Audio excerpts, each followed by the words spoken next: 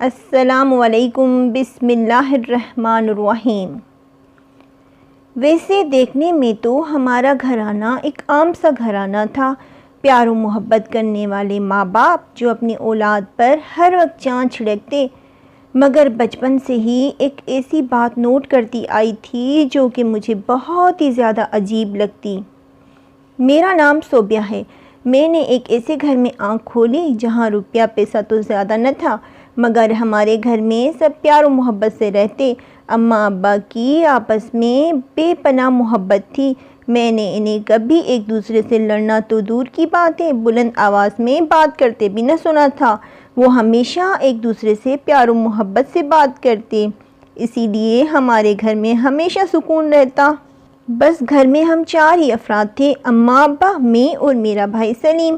اماں ابا واجبی شکل و صورت کے مالک تھے، مگر میں اور میرا بھائی سلیم اماں ابا سے بالکل مختلف، سرخ اور سفید۔ جو بھی دیکھتا اماں ابا سے یہی کہتا کہ آپ کے بچے تو لگتے ہی نہیں۔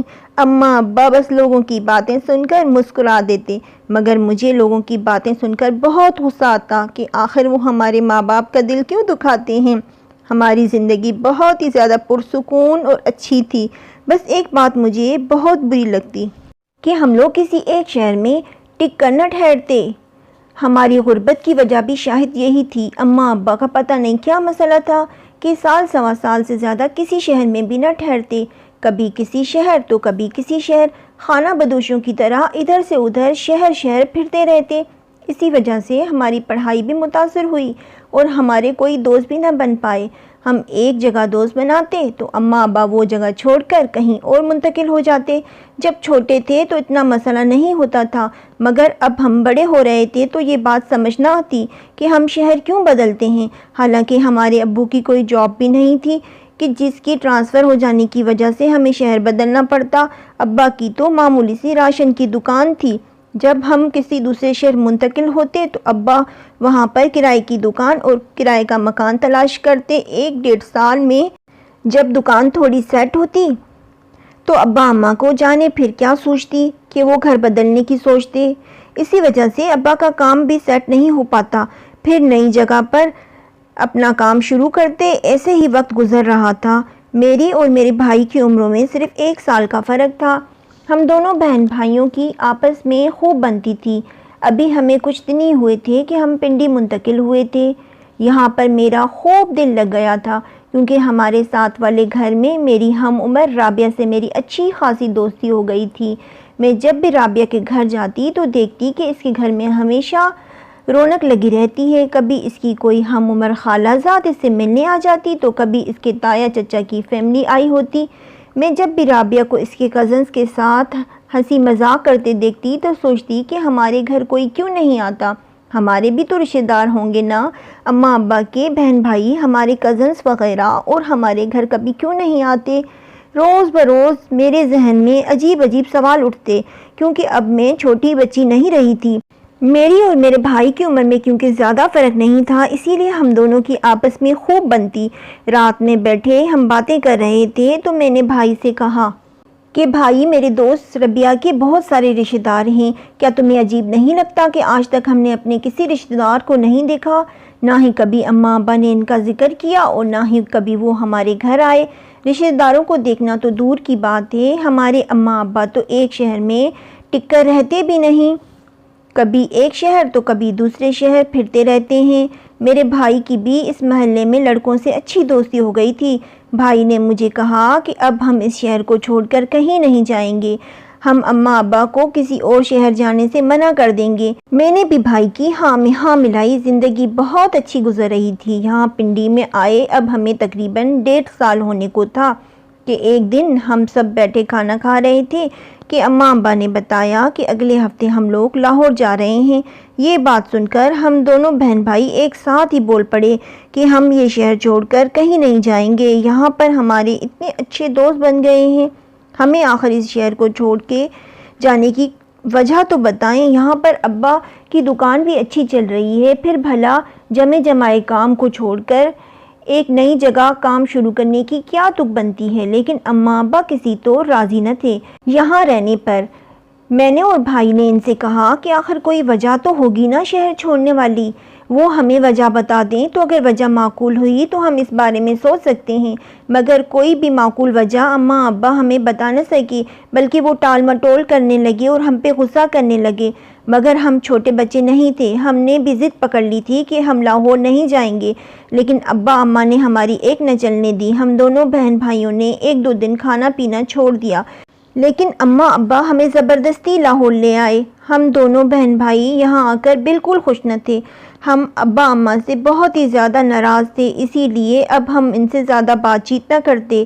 لاہور آئے ہمیں تقریباً 1 مہینہ ہو گیا تھا۔ یہاں پر میں نے قریبی کالج میں ایڈمیشن لے لیا۔ مجھے کالج میں آئے دوسرا دن تھا جب میں نے اپنی کلاس فیلو اسما کو اپنی طرف غور سے گھورتے ہوئے دیکھا۔ میں نے بھی اسما کو گھور کر دیکھا تو اس نے مجھ پر سے اپنی نظریں ایک دم سے ہٹا لیں، مگر مجھے اسما کی آنکھیں بھیگی ہوئی محسوس ہوئیں، جیسے اس کی آنکھوں میں آنسو ہوں، مگر میں نے اسے اپنا وہم سمجھا اور اسما پر سے اپنا دھیان ہٹا کر پڑھنے میں مصروف ہو گئی۔ دوسرے دن اسما میرے پاس آئی اور مجھ سے رسمی سی گفتگو کرنے لگی اور میرے گھر اور میری فیملی کے متعلق پوچھنے لگی۔ اس نے مجھے بتایا کہ میں اسے بہت اچھی لگی ہوں، اسی لیے وہ مجھ سے دوستی کرنا چاہتی ہے۔ اسما بہت اچھی لڑکی تھی، ہم دونوں کی جلدی ہی بہت اچھی دوستی ہو گئی۔ اسما نے باتوں باتوں میں مجھ سے میرے گھر کا ایڈریس بھی لے لیا کہ کبھی اگر کوئی کام پڑ جائے تو گھر کا پتہ تو معلوم ہونا چاہیے۔ مجھے اسما کی یہ بات بہت پسند آئی اور میں نے اسے خوشی خوشی اپنے گھر کا پتہ دے دیا، بلکہ میں نے اسما کو اپنے گھر آنے کی دعوت بھی دے ڈالی، کیونکہ ویسے بھی ہمارے گھر میں کوئی نہیں آتا تھا۔ میں نے سوچا کہ رشتہ دار تو نہ صحیح، کبھی کبھی اگر میری دوست اسما ہی ہمارے گھر آ جائے تو گھر میں کتنی رونق ہو جائے گی۔ میں یہ سوچ کر ہی پھولے نہ سما رہی تھی کہ ہمارے گھر پر بھی کوئی مہمان آئے گا۔ دوسرے دن اتوار تھا، کالج کی چھٹی تھی، اسی لیے میں گھر پر ہی تھی۔ تقریباً دوپہر 12 بجے تھے کہ دروازے پر دستک ہوئی۔ اماں بولیں کہ کون آ گیا، کیونکہ میرا بھائی سلیم بھی گھر پر ہی تھا اور ابا تو رات میں دکان بند کر کے ہی گھر آتے تھے، اس کے علاوہ تو ہمارے گھر کوئی نہ آتا۔ اماں دیکھنے کے لیے جانے لگیں کہ کون ہے تو میں بھی ان کے ساتھ ہی چلی گئی کہ جانے ہمارے گھر کون آیا ہے۔ مجھے تو بن دیکھے ہی آنے والے کے آنے کی خوشی ہو رہی تھی۔ اماں نے پوچھا کون ہے تو باہر سے اسما کی آواز آئی۔ اسما نے کہا آنٹی میں صوبیہ کی سہیلی ہوں۔ میں نے اسما کی آواز سنتے ہی آگے بڑھ کر دروازہ کھول دیا، مگر یہ کیا، اسما اکیلی نہیں تھی بلکہ اس کے ساتھ 2 مرد، ایک عورت اور ساتھ میں پولیس بھی تھی۔ اماں ان لوگوں کو دیکھ کر ایک دم گھبرا گئیں۔ پولیس نے آگے بڑھ کر اماں کو پکڑ لیا۔ مجھے تو سمجھ ہی نہیں آ رہی تھی کہ یہ سب کیا ہو رہا ہے۔ اسما کے ساتھ جو عورت تھی اس نے مجھے فوراً اپنے گلے لگا لیا اور مجھے دیوانوں کی طرح چومنے لگی۔ میں ایک دم گھبرا گئی۔ اس عورت نے مجھے کہا کہ بیٹا گھبراؤ مت، میں تمہاری سگی ماں ہوں۔ یہ سارا شور سن کر میرا بھائی بھی باہر آ گیا۔ میرے بھائی نے ان سے کہا کہ یہ آپ کیا بکواس کر رہی ہیں، ہماری اماں تو یہ ہیں۔ وہ عورت بولی نہیں بیٹا، صوبیہ کی ماں میں ہوں اور تم بھی ان کے بیٹے نہیں ہو، بلکہ انہوں نے تمہیں بھی ہاسپٹل سے چرایا تھا جیسے انہوں نے میری بیٹی صوبیہ کو چرایا۔ اسما نے مجھے کہا کہ صوبیہ میں تو اسی دن جب میں نے پہلی بار تمہیں کالج میں دیکھا تھا پہچان گئی تھی کہ تم میری خالہ کی بیٹی ہو، کیونکہ تم ہو بہو انہی کی شکل کی ہو، مگر میں نے تمہیں کچھ بھی نہ بتایا کیونکہ میں چاہتی تھی کہ پہلے میں خالہ کو بتا دوں، کیونکہ پہلے بھی تمہارے اماں ابا پکڑ میں آتے آتے رہ گئے، وہ شہر ہمیشہ بدل دیتے ہیں، اسی وجہ سے اب تک انہیں پولیس پکڑ نہیں پائی تھی، اسی لیے ہم نے تحمل کا مظاہرہ کیا اور جلدی نہ مچائی تاکہ تم تک پہنچ سکیں۔ یہ میری خالہ ہیں، تم ان کو اور اپنی اماں کو غور سے دیکھو تو تمہیں خود ہی ساری حقیقت پتہ چل جائے گی۔ میں نے جب اس عورت کو غور سے دیکھا تو دیکھ کر حیران رہ گئی، ان کی اور میری شکل میں بے انتہا مماثلت تھی۔ پولیس والے ہم سب کو قانونی کارروائی کے لیے تھانے لے گئے۔ جب ہم تھانے پہنچے تو پولیس کی ایک دوسری گاڑی ابا کو بھی گرفتار کر کے لے آئی تھی۔ ہمیں سمجھ نہ آ رہا تھا کہ ہمارے ساتھ یہ سب کیا ہوا ہے۔ تھانے میں جو ابا اماں نے بیان دیا وہ سن کر آپ لوگ بھی حیران و پریشان ہو جائیں گے۔ اماں نے بتایا کہ وہ کراچی میں ایک ہسپتال میں نرس تھیں، ان کے اور ابا کی شادی کو تقریباً 10 سال ہو گئے تھے مگر ان کی کوئی اولاد نہ تھی۔ جب انہوں نے اپنے ٹیسٹ کروائے تو انہیں پتہ چلا کہ ان کے شوہر کبھی باپ نہیں بن سکتے۔ یہ دونوں میاں بیوی ایک دوسرے سے بے انتہا محبت کرتے تھے مگر ان دونوں کی اولاد کی بہت ہی زیادہ خواہش تھی۔ اس کے شوہر مرد تھے، وہ پھر بھی اولاد کے لیے اتنا اظہار نہ کرتے مگر اماں کو بچے بہت اچھے لگتے تھے۔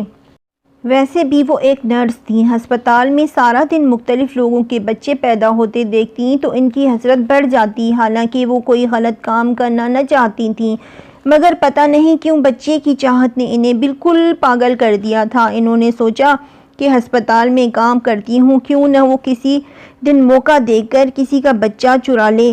انہوں نے کسی نہ کسی طرح اپنے شوہر کو بھی راضی کر لیا۔ اب وہ موقع کی تلاش میں رہنے لگیں کہ ایک دن ہسپتال میں صرف 2 ہی بچے پیدا ہوئے، کیونکہ یہ ایک چھوٹا سا ہسپتال تھا، زیادہ رش نہ ہوتا تھا۔ ڈاکٹر کا گھر بھی ہسپتال کے بالکل قریب تھا۔ ویسے ہمیشہ رات میں 2-3 نرسوں کی ڈیوٹی ہوتی مگر کم بچے ہونے کی وجہ سے اس رات ڈاکٹر نے صرف میری ڈیوٹی ہی لگائی اور بولی کہ اگر کوئی ایمرجنسی ہو تو میں ڈاکٹر کو فون کر کے بلا لوں۔ میں تو ایسے موقع کی تلاش میں ہی تھی، میں نے اپنے شوہر کو فون کر کے بلا لیا اور موقع دیکھ کر دونوں بچے ہی اٹھا لیے۔ ویسے تو میرا ایک ہی بچہ چوری کرنے کا ارادہ تھا مگر میں نے دیکھا کہ ایک لڑکا ہے اور ایک لڑکی تو سوچا کہ چلو بیٹا اور بیٹی دونوں کی خواہش ایک ساتھ ہی پوری ہو جائے گی۔ میرے شوہر ہسپتال کے باہر ہی کھڑے میرا انتظار کر رہے تھے۔ ہم دونوں نے بچوں کو لیا اور کراچی چھوڑ کر کسی اور شہر بھاگ گئے۔ اس کے بعد ہم کبھی بھی ایک جگہ پر ٹک کر نہ رہے، کہیں ہم پکڑے نہ جائیں۔ پولیس والوں نے مجھے اپنی سگی ماں کے حوالے کر دیا اور میرے بھائی سلیم کے والدین سے بھی کانٹیکٹ کر کے اسے بھی اپنے سگے والدین کے حوالے کر دیا۔ آج میں اور میرا بھائی سلیم اپنے اپنے والدین اور سگے رشتہ داروں کے ساتھ رہتے ہیں مگر پھر بھی ہماری زندگی میں ایک ادھورا پن ہے۔ ہمیں سمجھ ہی نہیں آتا کہ ہم اماں ابا کو برا بھلا کہیں، ان سے نفرت کریں یا انہوں نے جو اپنی زندگی کے اتنے قیمتی سال ہم دونوں کے لیے ضائع کر دیے ہیں اس پر ان سے افسوس کریں۔ دونوں چاہیں بھی تو ان کی بے شمار محبتوں کے بدلے میں ان سے نفرت نہیں کر سکتے۔ ہاں مگر میں ابا اماں جیسے لوگوں سے ایک بات ضرور کہنا چاہوں گی کہ جب اللہ پاک انسان کو کوئی محرومی دیتے ہیں تو اس میں بھی اس کی کوئی نہ کوئی مصلحت ہوتی ہے، اور اگر وہ چاہتے تو اپنی ان محرومیوں کو صحیح راستے پہ چلتے ہوئے بھی مٹا سکتے تھے۔ اللہ تعالیٰ نے جس طرح کچھ ماں باپ کو اولاد کی نعمت سے محروم رکھا ہے، اسی طرح کچھ بچوں کو آزماتے ہوئے ماں باپ کے سائے سے دور کر دیتے ہیں۔ اماں ابا اگر چاہتے تو کسی یتیم بچے کو گود لے سکتے تھے، اپنی محرومی کو مٹانے کے لیے کسی اور کی گود کو اجاڑنا بھلا کہاں کی عقل مندی تھی؟ آپ کی اس بارے میں کیا رائے ہے؟ اپنی رائے سے ضرور آگاہ کیجیے گا اور میرے اماں ابا کی دلی سکون کے لیے بھی ضرور دعا کیجیے گا کہ اللہ پاک ان پر رحم فرمائے اور ان کے گناہوں کو معاف فرما دے، آمین۔ اگر آپ کو ہماری یہ کہانی پسند آئی ہو تو اسے لائک اور شیئر ضرور کیجیے گا، اور اگر آپ ایسی ہی حقیقت پر مبنی سچی کہانیاں سننا چاہتے ہیں تو ہمارے چینل سچی اردو کہانی کو سبسکرائب کریں اور ساتھ میں بیل آئیکن ضرور پریس کریں۔ شکریہ، اللہ حافظ۔